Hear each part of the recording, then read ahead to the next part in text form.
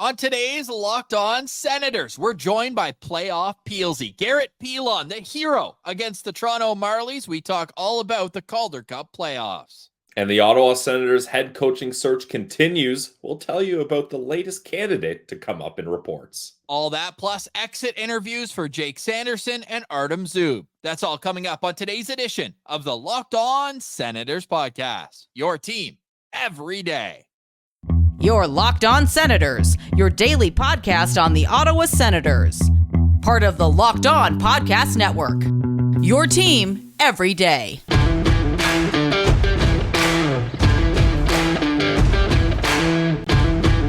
I'm Jake Sanderson, and you're listening to Locked On Senators podcast.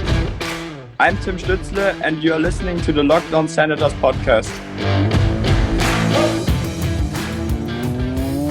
Welcome inside episode 1035 of the Locked On Senators podcast. I'm Ross Levitan on the outskirts of enemy territory in Winnipeg, Manitoba, alongside Brandon Piller up in the Blue Mountains. Today's episode is brought to you by Monopoly Go. I admit it, I have a competitive side, and it is a big fan of Monopoly Go, the mobile hit twist on a classic Monopoly. So join your friends and download Monopoly Go now, free on the App Store and Google Play. You can also follow the show on social media. We're at Sen Central on Twitter, LockedOn.Senators on Instagram. The show is free and available on all podcast platforms, including on YouTube, where we say hello and let you know that a like, comment, and subscription go a long way to helping the show grow. Today is Tuesday, April 30th, and Pilzy, happy Blue Team Elimination Day to you and yours. And everyone else who celebrates, a great day for everyone. It's going to be a very interesting night of hockey tonight, Ross, as if you look at the games going on, Leafs could get eliminated, Islanders could get eliminated, Jets could get eliminated, Predators could get eliminated. So there's a lot on the line for a Tuesday night in the NHL playoffs. What would be more satisfying as a hater? The Leafs to lose tonight, to bow out in 5, or to do what they've done twice against Boston before, which is fall behind 3-1, win game 5, win game 6, and then lose in game 7. That's not where I thought you were going to go with this. I'll go for plan C, Ross, and that's Leafs win tonight so that the Leafs fans get all excited. They think they have their hopes up. Then they go back to Toronto and the library shuts down because the Boston Bruins eliminates them back on home ice. That for me, that's how I would like to see that.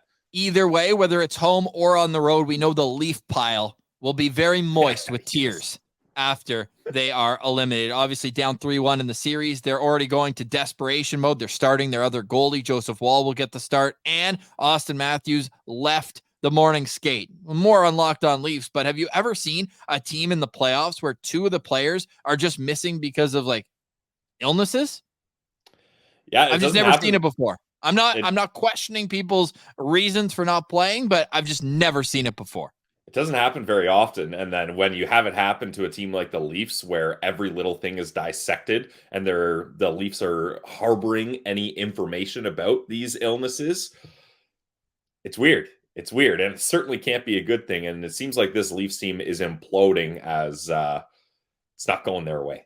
Enough about those losers. We'll get back to them tomorrow if and when they fall to the Boston Bruins. By the way, Sens angle, the Boston Bruins can still win this round, but if they lose in the next round, because they did not win the division, a la Florida Panthers, their draft pick will not go to the end of the first round. But we can't have the Boston Bruins win next round. Otherwise, that first round pick is guaranteed to be 28 or later. Yeah, Ross... 29 or later. I didn't add the Kraken. Yeah, there you go. I feel pretty good about the Florida Panthers being able to beat the Boston Bruins next round if it comes to that. Yeah, we'll get more playoffs talk later in the week. We got playoff talk, though, with playoff Pilzy in a little while with Garrett Pilon. But one of Pilon's old coaches, Todd Nelson, has surfaced in rumors. Our guy at Lalim's Martian mentioning the streets are whispering.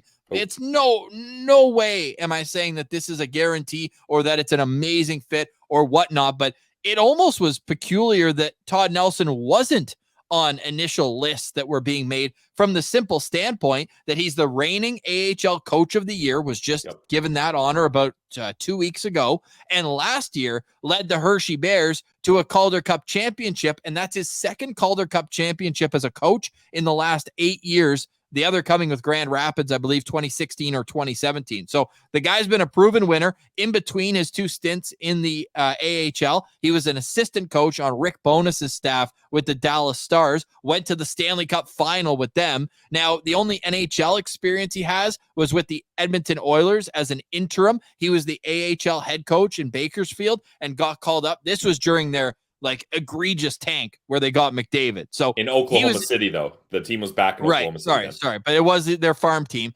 and he was just given the boot after that. So what were your thoughts when you saw Todd Nelson's name come up? I mean, certainly, I think you and I have kind of been in agreement. We're looking for a more experienced coach, preferably, but that doesn't mean we're closed-minded to guys with less experience. And if you're looking at less experience, this is pretty damn good. Like, he was also an assistant coach for the Atlanta Thrashers for 2 years. He's been a head coach in the AHL for a long time. And then, like you mentioned, assistant coach in Dallas. And he even had a little short stint as a head coach in Edmonton. So it's not like he doesn't have any NHL experience. Pilzy, you just said he was a coach on the Atlanta Thrashers that haven't existed in 13 years. It still counts. It's an NHL team. That's what I'm saying, that's how much experience he has. This guy's been coaching teams that haven't existed in over 10 years. Yeah, honestly. And Ross, I really liked that tweet that you put out at Sens Central. Great job to you. Credit to you. Where Todd Nelson's talking about coaching, and he talks about the art of coaching and the science of coaching. And I think a lot of people get bogged down being like, your head coach should be the best, have the best systems, know all the stats, have X's and O's. He should be making up plays, making adjustments, all this kind of stuff. Of course, that's important. But I liked how Todd Nelson approached it, being like, the way coaching has evolved, the art of coaching is now more important. You're more a people manager than you are an X's and O's guys. That's why you have assistant coaches that focus on the power play, penalty kill, and they do a lot of the X's and O's, where you have to manage all these personalities and you have to find ways to get the best out of each player, because what works for one player might not work for another. How do you galvanize a group together? All these kinds of things. So that really gave me at least some confidence, being like, all right, this guy has had a lot of experience. He's been through the highs and lows, and he's figured out kind of that you can't just go on numbers and stats and expect that way. You have to find out how to manage these people and how to get them all working towards a common goal and find the right roles for everybody, and so on and so forth. So look, is he my top candidate, Todd Nelson? Probably not. But am I intrigued by it? And do I think he could become a good NHL head coach? Yeah, definitely. And there was an article written in The Athletic, Ross, that you showed me, and that was written in 2019, where it had lots of quotes from NHL executives saying, this guy, Todd Nelson, he's ready. And that was 5 years ago. So I certainly would have Todd Nelson ahead of John Gruden on my priority chart. That's for sure. Plenty of time with the coaching carousel spinning around and around. Another opening yesterday. Dave Hackstall out with the Seattle Kraken. He joins the list of the San Jose Sharks, the Ottawa Senators, and then a number of teams that have interim head coaches last year, the St. Louis Blues, the New Jersey Devils, and the LA Kings as teams looking for coaches. The wildest thing here as I look, only five coaches have more experience with their current NHL team than 2022. Every other team has changed coaches within the last 2 years. That's how volatile. Martin St. Louis is the 6th longest serving head coach with his current team. That is wild to me that they are turning that quickly. But Ottawa's going to be in tough with different teams looking for head coaching jobs. And hey, if the Toronto Maple Leafs, we talk about them, if they can't win, they got a new GM. Sheldon Keefe isn't his guy. He's a Dubas guy. So I'm curious to see if the field expands and the competition gets tougher there. And Ross, just one more wrinkle since we're talking about league-wide coaching searches. Rob Rossi tweeted out that the Penguins GM, Kyle Dubas, said no permission granted for Devils to speak with Mike Sullivan. I know a lot of people were saying, well, let's see what the Penguins do with Sullivan here. But now that could be just we're not going to let our head coach go to a division rival. Maybe that's what that is. But it's interesting that at least the Devils have been poking around and the Penguins said, you're not talking to Sullivan. Interesting. You often hear that with like assistant coaches being asked permission, not head coaches. Like, hey, can we just have your head coach? Is that cool? I'm surprised we don't see head coaches traded. That would be kind of cool. It would be sweet. Well, Ross, in our Ring of Honor of NHL trades, I referenced back in the day, the Sens, I think, got a 3rd round pick for trading. Who was it? Peter Chiarelli, I think it was. Yes, Eric Grybo was the pick. Random enough. So that type of thing did happen before. So I don't know. Amazing. Well, he owed us a lot. Keep that back. The Bruins owed us a lot more because Peter Chiarelli's first move as Bruins GM was to sign Zdeno Chara. So yeah, enough of him. Hey, you know who I want to hear from? Garrett Pilon. Guy is on an absolute heater. OT winner. Guy's got 3 goals in 3 games. Add an assist on top. He's new to the Belleville Sens organization as of this year, and we have a great conversation coming up with him. On the other side of it, we will get back to our exit interviews. They are ever popular. We have posted each individual one on our YouTube if you want to go and just catch that one, and then we will get Jake Sanderson and Artem Zub today. Over the next 2 weeks, we'll get through everyone on the NHL roster. We'll also be covering the Belleville Sens. Oh, yeah. And that draft that's coming up at the end of June, yeah, our draft profiles are well underway in terms of the homework behind it, and we will be beginning to unveil our list on May 13th. So that's all coming up on Locked On Senators. So stay tuned for all that. You can also follow us on social media. We're at Sen Central on Twitter, LockedOn.Senators on Instagram. More. This is Locked On Senators, your team every day. Today's episode is brought to you by our friends at Monopoly Go. We've all been there, either as a player or a fan. It's halftime, scoreboard maybe not looking so good, you're feeling low, not sure your team can pull out the win. That's when you got to dig deep, lift your head up and say to yourself, it's time to get back in the game. That's right. We're talking about the smash hit mobile game, Monopoly Go. It lets you compete with your friends to get the most riches in the biggest empire. It's the Monopoly you love, but on your phone, anytime, with tons of new twists, including leaderboards to compare your progress to your buddies. There's so much to do on Monopoly Go. You can play countless dynamic Monopoly boards, make your friends bankrupt by smashing their landmarks with a wrecking ball, charge other players rent for your iconic properties, and you can even work with your friends to crack open community chests and in tournaments to get extra rewards and climb the leaderboard. So get back out there. Put your game face on and download Monopoly Go. Now free on the App Store or Google Play. Check it out today, guys. Monopoly Go. Today's episode is also brought to you by the Glebe Central Pub. The Glebe Central Pub, right in the heart of the Glebe. It is a neighborhood pub with the best atmosphere you will find in Ottawa. I'm talking about the great food, which is a key pillar to any great establishment. They've got the beer deals every single day, and they also make sure that you are entertained when you're at the Glebe Central Pub. Not only from their TVs that's showing the NHL playoffs, NBA playoffs, always a great time. And I'm looking at those weekend Arsenal games as a time to get to the Glebe Central Pub. They've got the Arsenal supporter section, and it is just a blast. Also, if you're going down to Lansdowne, I know that Atletico Ottawa season is starting up soon. PWHL Ottawa playoffs are around the corner. If you're heading down to Lansdowne for whatever reason, make sure to stop by the Glebe Central Pub, walking distance from Lansdowne.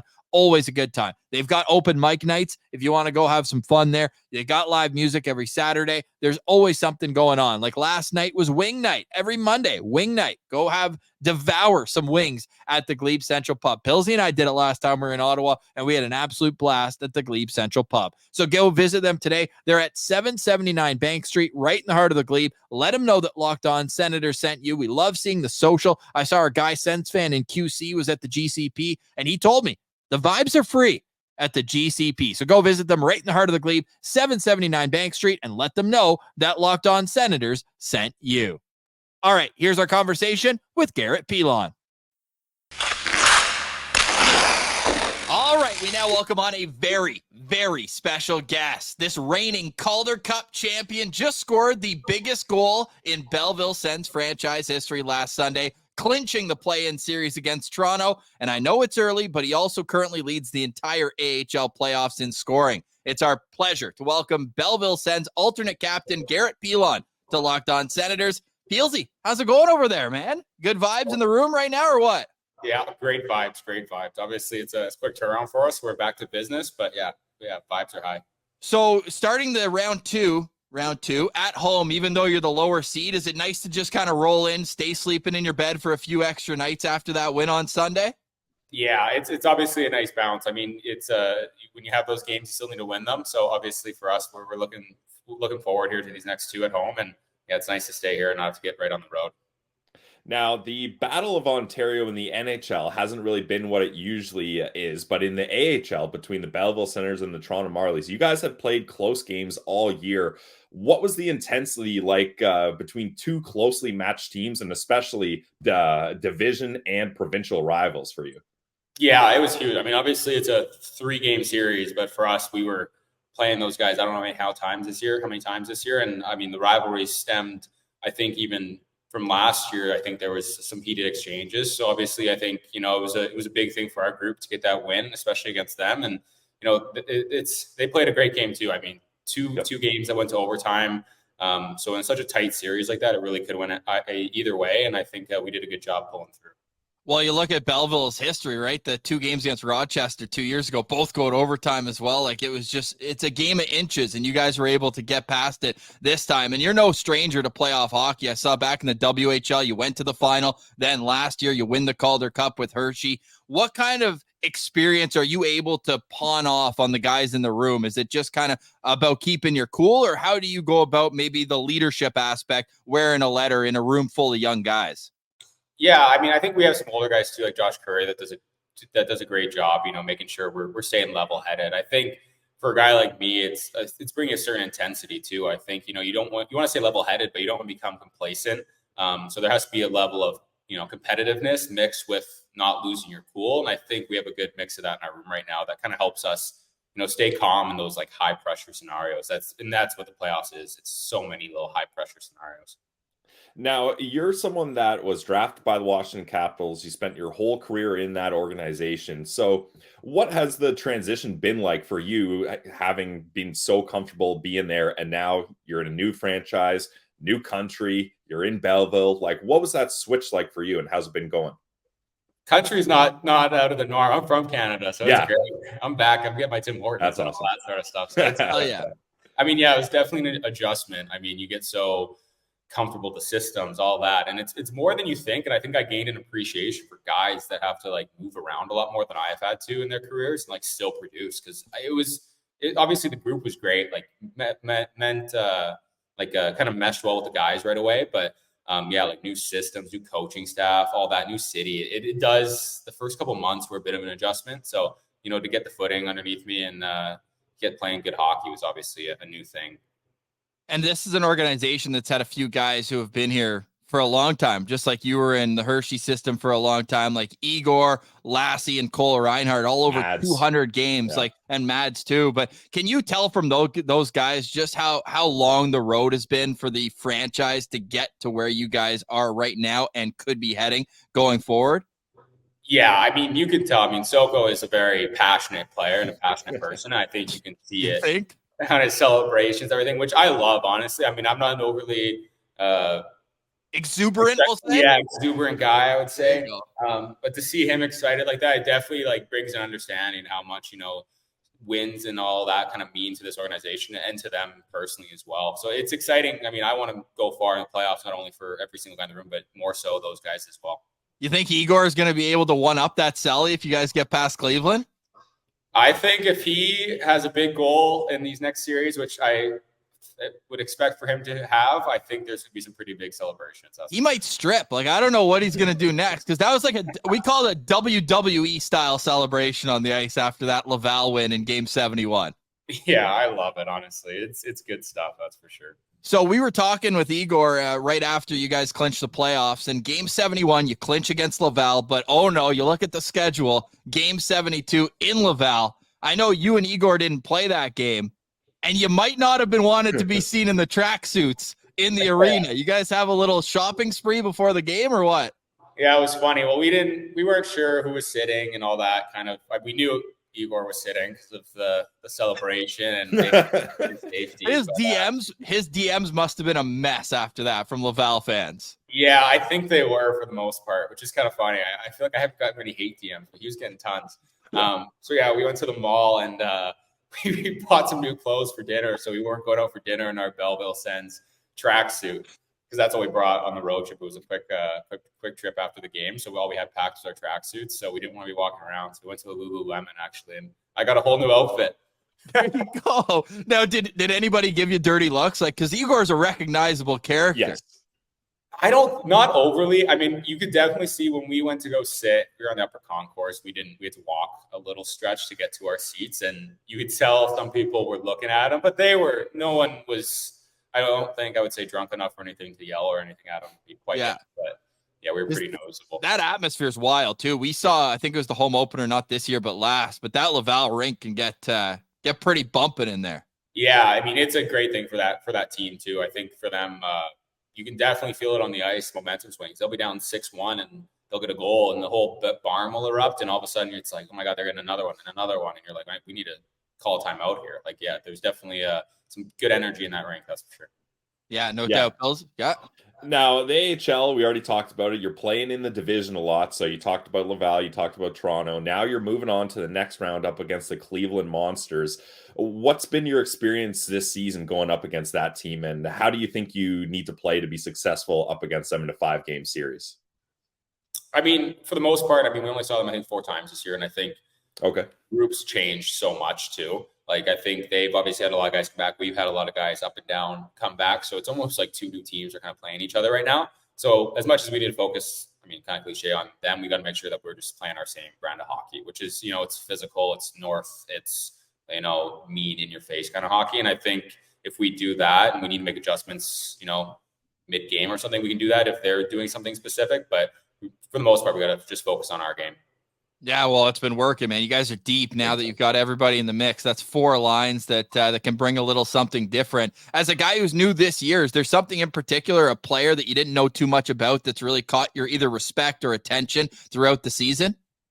Oh, I could go through a whole lineup probably, to be honest. I wouldn't want to call out too many names. I think a guy that I think's had a great year is, Awesome Chuck. I think he's done great. Like, Chucky's just been way more of a well-rounded rookie than I think I've seen. Like, he comes off like he's been in the league for 4 years. And so he's a guy that's obviously impressed me. Been on his line a little bit, like stays super calm. He can fight too. I think he's someone that's definitely, surprised me how well he's handled his rookie year. Did the boys bring up his fight against Matt Rempe when that whole Rempe thing was going on in the NHL? You seen that one? Oh yeah, I wanted to retweet the ball. I was like, look at our guy. So good, man. Oh, don't worry, we got obviously Rempe doing his thing, but yeah, we had that in our back pocket if they were to ever go toe to toe again. Oh, big time. Pilzy, shocker. He calls out a WHL guy. Shocker. Big time. Yeah, that's fair. That's right on cue there. Now, final question for me here, Pilzy. It's been great to be able to chat with you and get the Pilzy connection going here. But you have another nickname. Coach David Bell said he calls you Mr. Everything because of what you're able to bring to the rink. And he mentioned that they looked at you as someone to bring in to be a playoff guy, looking at your playoff stats and your history. How do you feel about being coined Mr. Everything? Yeah, I think it's a nice, compliment you could say about my game, which I always try to be that 200-foot player and be a good teammate, all that sort of thing. So it's obviously a nice little compliment. Hopefully I do everything good, not just subpar. But yeah, it's a nice little compliment to have. Obviously, I'm just trying to bring, a full round of games to this organization. But yeah, it's nice to kind of be that, to take notice of it, because sometimes guys are always looking at the guys that can shoot the puck short side every time. But, to get recognized for just playing good defensively and all that sort of thing is good as well. That's awesome, man. Really appreciate you taking some time to join us. Final question for me, just since Pilzy brought up coach. We've had him on multiple times on the show. Just feels like, a player's coach, a guy's guy. What's it like been playing under David Bell throughout the year? He's unreal. I think he's a super honest coach. He gives it to you straightforward, and I appreciate that. I don't think I like when coaches, are around the bush or playing mind games or anything. He tells it to you straight, and I appreciate that. And I think he's kind of tailored us to play to our strengths, and I think we've come together as a group quite a bit underneath him. And I think he's a good kind of person to kind of head the ship for us. Well, it's awesome, man. He's got you guys rolling on all cylinders right now, top to bottom. It's fun to watch, and we're looking forward to seeing you guys continue this roll through Cleveland starting on Wednesday. Garrett, really appreciate you taking the time, and hopefully we get to do this again down the road. Yeah, for sure. Sounds good, guys. Today's episode is also brought to you by our friends over at FanDuel. You guys already know FanDuel is the official online sportsbook of the Locked On Podcast Network, and for a good reason. It's America's #1 sportsbook. Why would you go anywhere else? And you want to go to the best spot when it's playoffs time. It's playoffs in the NBA, NHL, and baseball is in full swing too in the regular season, and FanDuel is where you can place your bet on every single game. And right now, new customers get $150 in bonus bets. Here's the kicker. Guaranteed. That's $150 whether you win or whether you lose. Bet on everything from slap shots into empty nets, home runs over the fence, slam dunks, all on an app that is safe, secure, and easy to use. What are you waiting for? Come on, visit FanDuel.com/lockedon and make your first bet an automatic win. Check it out today, guys. FanDuel, North America's #1 sportsbook.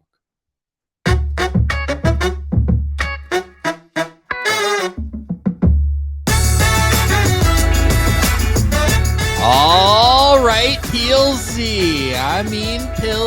Coming through. What an absolute beauty Pilzy is, though, all jokes aside. What a great guy, and you can tell why they really valued his leadership coming into the team. Yeah, definitely. And like they mentioned, he was a guy that they targeted for playoff performances and getting the game-tying goal. Sure, they end up losing that game 2 to the Marlies in overtime, but he ties it up in a clutch moment, and then Mr. Everything, even more clutch, gets the game-winning overtime goal to win Belleville Senators' first ever playoff series. So, yeah, it was an absolute treat to get to talk to him, and the Pilzy and Pilzy mix-up. Go check it out on Twitter. We tweeted that one out as all-time. No rest for the wicked. They're right back at it tomorrow, and we will have Stephen Halliday on tomorrow's show. Just dishing you guys guess of the Belleville Sens. He's an absolute beauty. We went about twice as long with Halliday, and obviously he's a friend of the show. I believe this was his 4th appearance. We'll discuss that tomorrow. But Pilzy, we got to get back to our exit interviews. Okay. Today, it's the top pair, and we're going to start with Jake Sanderson, because Jake Sanderson has just elevated his game. He's 21 years old, 2nd year in the league, and I think it's fair to say no sophomore slump. No, definitely not. And Ross, what a refreshing change of pace going from evaluating the goaltenders to which were unstable, to evaluating the top defensive pair, which has been the epitome of stability on this team. I mean, they've played more on the ice than anyone, I believe, even more than any forward trio, right, Ross? They must have. So it's clear that these two found chemistry with each other, and Jake Sanderson, to have a guy like Artem Zub on his right side, has really, really worked out for him, and it's allowed him to try to elevate his offensive game more, as he's had higher point totals this year than he did last year.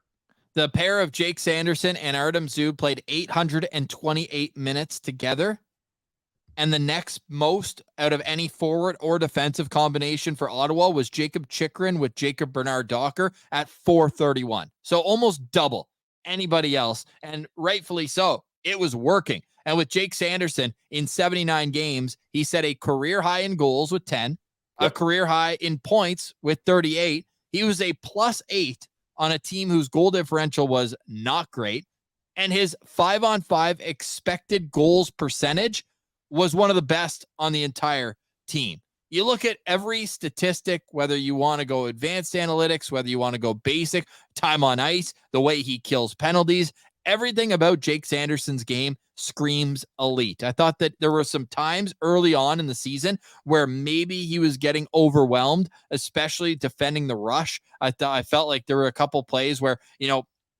either he was gassed at the end of the shift or whatever the case may be. I just felt like they were able to pass it kind of through him a couple times, but he was able to fix that up real quick. And throughout the second half of the season, like, he took another step forward. I always go back to what Brad Schlossman out in North Dakota told us about how he takes a little while to dip his toe in. And then once he's comfortable, bang, then he starts knowing that he can dominate. And I think we felt that a lot more at the top of the umbrella on the power play. Sure, the power play wasn't great overall, but his ability, even at 5-on-5 in the offensive zone, to control the puck. Like, how many times, Pilzy, did he bat down clearing attempts at the blue line, keep it in, and set up either another offensive chance or a goal? That is such a talent to have as an offensive-minded defenseman, to get those second, third, and fourth chances in the O-zone. I mean, this guy, he's an elite talent, and I'm glad he's an Ottawa Senator, and I'm even happier that his extension of 8 years hasn't even kicked in yet. Yeah, and Ross, not only batting down pucks, but you see on those power plays the awkward moments where he's the only guy at the top of the umbrella and the puck trickles, or it's wrapped around the boards, or a rebound or a block shot starts slowly rolling out to clear the zone, and you're the only guy back there at the top of the umbrella, and somehow he's able to get a stick on it, which is one thing. Don't let it clear the zone so you don't have to re-enter, but then not just giving it away and allowing odd man rush the other way. He's able to control it and find something to do with that puck that's a responsible choice and not turning it over. So there's so much we could get into with Jake Sanderson. The thing that has to be dialed in on, though, is his skating. And his skating allows him to do things that other defensemen just can't do. He's able to pinch on maybe an aggressive pinch, and then he can say, look, I can make something out of this play because I'm such a fast skater. I'll get to that puck before you. But let's say I don't, and I've maybe made a mistake pinching. I can hustle back and not only put pressure on you, but he can chase a guy down and fully eliminate him from getting that breakaway, where lots of other defensemen, if you get a step or two on them, rightfully so, that offensive player is probably going to boost past you and get a breakaway. So Jake Sanderson does a great job of using his skating to create offense and to make up for maybe some mistakes that happen in the offensive zone. So yeah, I couldn't be more thrilled with Jake Sanderson's game. He's one of those guys that you start thinking like, okay, he's got the skating, he's got the shooting. With 3 or 4 more years of experience in the NHL, the sky is the limit for what this guy's potential could be.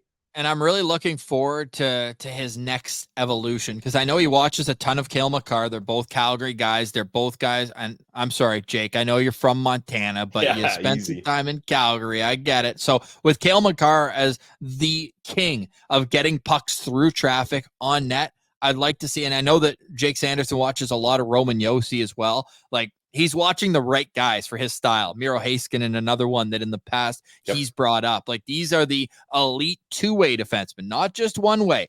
Guys who can impact the game in so many different areas, and Jake Sanderson will be just that. I'm extremely confident in that projection, just based on what we've seen and knowing the work ethic behind the player, that he'll will himself to get into those situations. Really happy to hear he's going to go play for Team USA at the World Championships this year. I don't think it's crazy to say that he should be in the mix. I don't know if he's going to make it, but he should be in the mix for the Olympic team 2 years from now. He'll be 23, 24. He'll be in his prime. That's a huge carrot dangling in front of Jake Sanderson over the next couple of years. This guy was a 2-year captain at the U.S. team development program, so we know how highly Team USA thinks about him. And if not, maybe Canada could come in and say, hey, we know you got a Canadian passport. Jokes aside, though, Jake Sanderson and Artem Zub, who we'll get to, they had to deal with the top lines of the other team every single night. Pilzy, there was no night that they had off from that. Whether they were at home and that's the matchup they wanted, or whether they were on the road and they were just playing the most out of anybody anyway. So I just think that the sky's the limit. And look, I mean, we're starting off at the top. There's going to be some other end-of-year reviews that aren't as glowing. But I really think that if we're going to talk anything poorly about Jake Sanderson's season, other than a little dip, end of November, start of December, that area, other than that, I mean, he was as consistent as there was a player on the Senators throughout the year. Yeah, and a couple of points just to wrap up our talk on Jake Sanderson, Ross. Yeah, I'm not about to blame a 21-year-old defenseman for November and December slumps when the team was absolute garbage. So we'll give him a pass on that. And then you're talking about how him and Zub have to go up against the toughest opponents. But in all situations, if they're up a goal, you're putting those two guys out. You're down a goal, you're putting those two guys out. You're tied, you're putting those two guys out, right? Like they were the guys on the back end. And then just finally to finish up, you talk about him getting a spot on the Olympic team. Good thing he's already played for the U.S. Olympic team. He's got don't forget, he played one game for Team USA and had an assist. He's a point per game guy for Team USA in the Olympics. So I'd say it's a pretty good chance. There you go. And also Jake Sanderson, first career fight. Got in a fight with Matthew Tkachuk this year. Matthew Tkachuk of all people. That's crazy. But hey, that game had a high temperature, and credit to Jake Sanderson for stepping up and throwing some haymakers. Outside of that fight, only 9 minor penalties this year for Jake Sanderson, and that is in 1,834 minutes of ice time. Truly impressive season for Jake Sanderson. Jake Sanderson, we already talked about him in the MVP discussion for the team, of course. And that can be heard last week on Locked On Senators. You can go find that wherever you get your podcasts. All right, Pilzy, it's time to talk about Artem Zub. And he used to be a mythical creature. We didn't know much about him, but now he's one of the Senators' longer serving players. He's got the long-term contract. He's now been able to find a role that really suits him on this Senators team.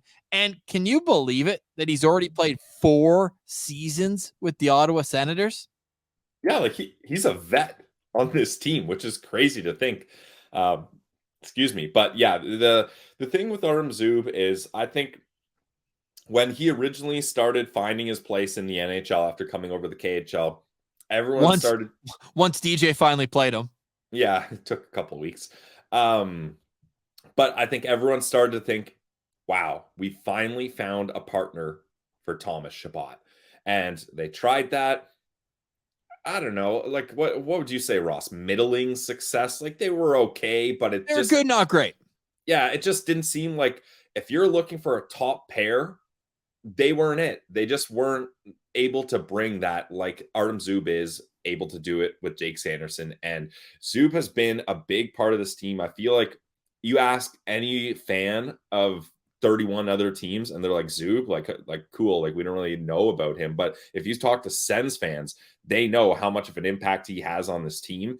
And when it comes to defensively, like this guy's absolute nails, blocking shots, great gap control, battling out in front of the nets, boxing guys out. Like Zub is one of those players that you might not see highlight reels for him, but it's those little things that he does right, similar to Jake Sanderson, that when they all come together, make a really good hockey player. And Zub obviously battled through that broken jaw earlier on in the season, and he only got to play 69 games. Still, though, a career high in points for Artem Zub, 25 points, 22 of them coming at even strength, 24 coming at even strength, which is tied for number 1 among all Senators defensemen this year. So I think that in itself should be like, oh, wow, this guy is able to produce some offense. It was 22, tied with Jacob Chychrun for most among Sens defensemen. So I'm looking at him as a guy who's still kind of scratching the surface of what he can be. You might remember we were lauding the fact that in his last year in the KHL, he had 13 goals in 57 games. Like he's got a bomb from the point. It's just a matter of getting him in those offensive situations. And he's so good defensively, you don't really want to take him out of those. So he had 5 goals this year, had 25 points, was a +5, and had the second best expected goals at 5-on-5 percentage-wise with the Senators defense with 52.5%. So the numbers match the eye test for me. Zub is just that low maintenance, low event, but high production defenseman where you need a guy like that. And that's why he was an untouchable for me into the trade deadline and into this summer, because if you trade an Artem Zub, you're going to look for another one. Definitely. Keep your Artem Zub that you have at home. He's obviously a fan favorite, one of the cooler traditions that have just kind of naturally come into Sens fandom is the Zub chants every time this guy touches the puck. And it's just a fan favorite in the making. He's learning his English. And I almost think that it's really cool to see his progression year over year, because I think there's still more untapped potential, believe it or not, even though now he's not a young kid anymore. He's 28 years old. He'll be 29 at the start of next season. Like, he's in the prime and he's making $4.6 million. And I think that the value for that is really strong for Artem Zub going forward. Yeah, I would agree. He's definitely endeared himself to Sens fans. The Zub chat at the CT, or the Zub chant, I should say, at the CTC is always fun to join in on. And Ross, how about this? Even better than at the CTC, Pilzy, it's cool on the road. You know where the Sens fans are in the rink. Well, and especially it's cool on the road because all the home team fans are like, what? Are the Sens fans booing their own guys? Like, what's up with this? He just goes and rags the puck back behind his net. Everyone's like, no. Oh, it's the best. And Ross, get this. We talked about Jake Sanderson being an Olympian. Well, why not put two Olympians together on a pair, and you've got a juggernaut first defensive pairing there, as Artem Zub was with gold OAR. Gold medal. Yeah, gold medal with OAR in the 2018 Olympics. So they've got the experience here. Yes, he does. And what do you think's next for Artem Zub? Like, is he just, it's for me, this pair, lock and key, top pair next year. What's next, Ross? Run it back. Honestly, if these two have, obviously you expect a little more progression from Jake Sanderson, just being a good young defenseman. But if these two come back next season with identical stats, Ross, cool with me. Yeah, me too. And just you're getting in guys who are kind of taking up really key areas on the Senators team. Or on any NHL team, you need both guys, your left shot. And I mean, Zub being a right shot defenseman is pretty key too, right? Yes. Like, I don't think that should be understated as well. And just looking it up, here's the final thought on both Jake Sanderson and with Artem Zub. When Artem Zub was on the ice last year, the Senators team save percentage was .899. And when Jake Sanderson was out there, it was .907. So, I mean, with Jake Sanderson, that's one of the higher ones on the team, actually, 13th. So, middle of the pack. It wasn't like when Angus Crookshank was on the ice and the goalies were stopping 87% of the shots, or Roby Arventi in his 4 games, 81% of the shots were getting stopped. It was more, obviously, a huge sample size, but when Zub was on the ice this year at 5-on-5, Sens goalies were stopping less than 90% of the shots. So what could these numbers have been if they were getting good, if not great, goaltending? Just something to think about as we go into next season of what this pair can be as a legitimate top pair on a playoff team. Artem Zub, let us know your thoughts on Zub in the chat or on YouTube. We are your team every day. More exit interviews to come right here on LOSP. Pilzy, any final thoughts on today's show? Yes, Ross. Final thoughts for me is we are one step closer to having our 2024 third round or fourth round pick from the Florida Panthers turning into a 2026 third rounder, as the Florida Panthers beat up on their big brother Tampa Bay Lightning, and they move on to the next round here, and they await the winner of the Toronto and Boston series. And look, this Florida Panthers team, I'm pretty confident they can beat up on either one of those teams that advance. So I'm cheering for the Cats. Tarasenko's a good dude. I enjoyed my time in Fort Lauderdale. I'm cheering for the Cats. All right, there you have it. And whoever wins that Leafs and Bruins series, will get the opportunity to take them on. And the Tampa Bay Lightning are dead. John Cooper, hot seat, maybe. I mean, longest serving coach in the league, and Steven Stamkos, a pending UFA, and he was soaking it all in after the game on the bench. I called him Steven Senskos. We'll see. That's all I'm saying. We'll see. The Macedonian community, stand up. Steve Stamkos, Steven Stamkos, and Chris Tanev. I want them all. Hey, get Brandon Tanev. I'll take him too. Sounds from good. Seattle. But Pilzy, you talk about the draft pick for the Ottawa Senators. Yesterday, we forgot to do our spins. What are we doing? Very bad at that. Oh, the boy. NHL draft lottery is happening May 7th. And we've been keeping track since the lottery odds have been completely set. And Pilzy, we will start with your first of 2 spins. Hit it. Oh, man. St. Louis wins the lottery, moves up 10 spots to 6 because they were the 16th seed. Ottawa down to 8. So you've got Ottawa at 8 with your first. Let's just do both of your spins here right off the bat. Reset that. Spin number 2 for Pilzy. Ottawa down. You got 2 8s. That's tough, Pilzy. That's crazy seeing moving up 10 spots and you only draft 6th for the Blues. Yeah. Wild. That is wild. My turn. 7th. I got Ottawa at 7th.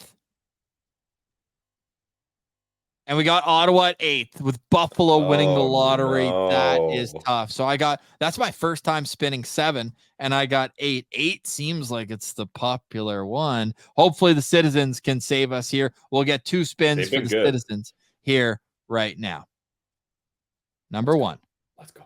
Utah first overall. The NHL would be so rigged if Utah drafts first overall. Calgary up to number 2. I'm cheering for Calgary to do well in this lottery. Ottawa down at number 8. So the Citizens have 8 as well. And oh my God, what an awful. This is awful. This is bad. Yeah. Montreal moves up to pick first. Seattle moves up to pick second. This has been. That means Ottawa's 8th, right? Do we just roll all 8s pretty much? With 1-7. You got 1-7. Wow. Okay. So if you are following along, we appreciate everybody who is. I'll just pull this up for the people on YouTube, and we will get to this further and further as we get closer to the May 7th NHL draft lottery. But we have still yet to roll a first overall pick. It's not easy. It's not easy spinning the lotto wheel. But it is easy getting up for playoff games. And tomorrow we will have a playoff game day preview. The Belleville Senators taking on the Cleveland Monsters. We'll get to know the Monsters, some key players for them. Oh, yeah. And the Disher, Stephen Halliday, joins us for a very fun conversation. That's it for us for today. Thank you so much for listening, watching. We really do appreciate it. Have a great day, everyone. For Brandon Piller, I'm Ross Levitan. This has been another edition of the Locked On Senators podcast, your team every day.